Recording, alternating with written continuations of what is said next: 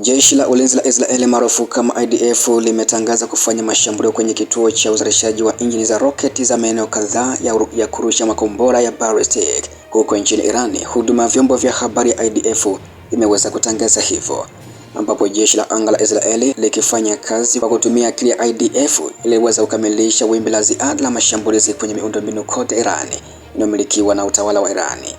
Kama sehemu ya mashambulizi hayo, IDF ilishambulia kituo cha uzalishaji wa injini za roketi na maeneo kadhaa ya kurusha makombora ya masafa marefu ambayo yalikuwa yameandaliwa kwa ajili ya kurusha kuelekea jimbo la Israeli. Ripoti hiyo ya IDF imeweza kusema hivyo. Jeshi la Israeli pia linaendelea na mashambulizi yake dhidi ya malengo ya miundombinu nchini Irani.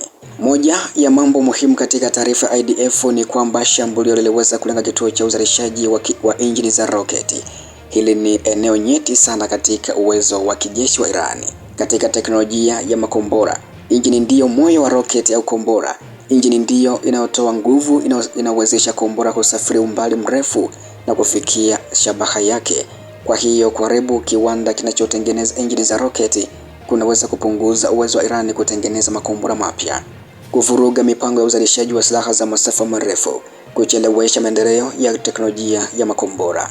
Kwa mantiki hiyo, Israeli inaonekana kulenga chanzo cha uzalishaji wa silaha, si tu silaha zilizopo tayari.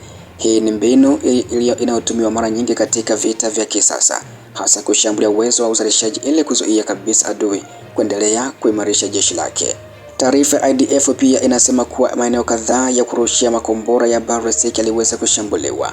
Hasa makombora ya ballistic ni miongoni mwa silaha hatari zaidi katika vita vya kisasa kwa sababu yanaweza kusafiri umbali mrefu.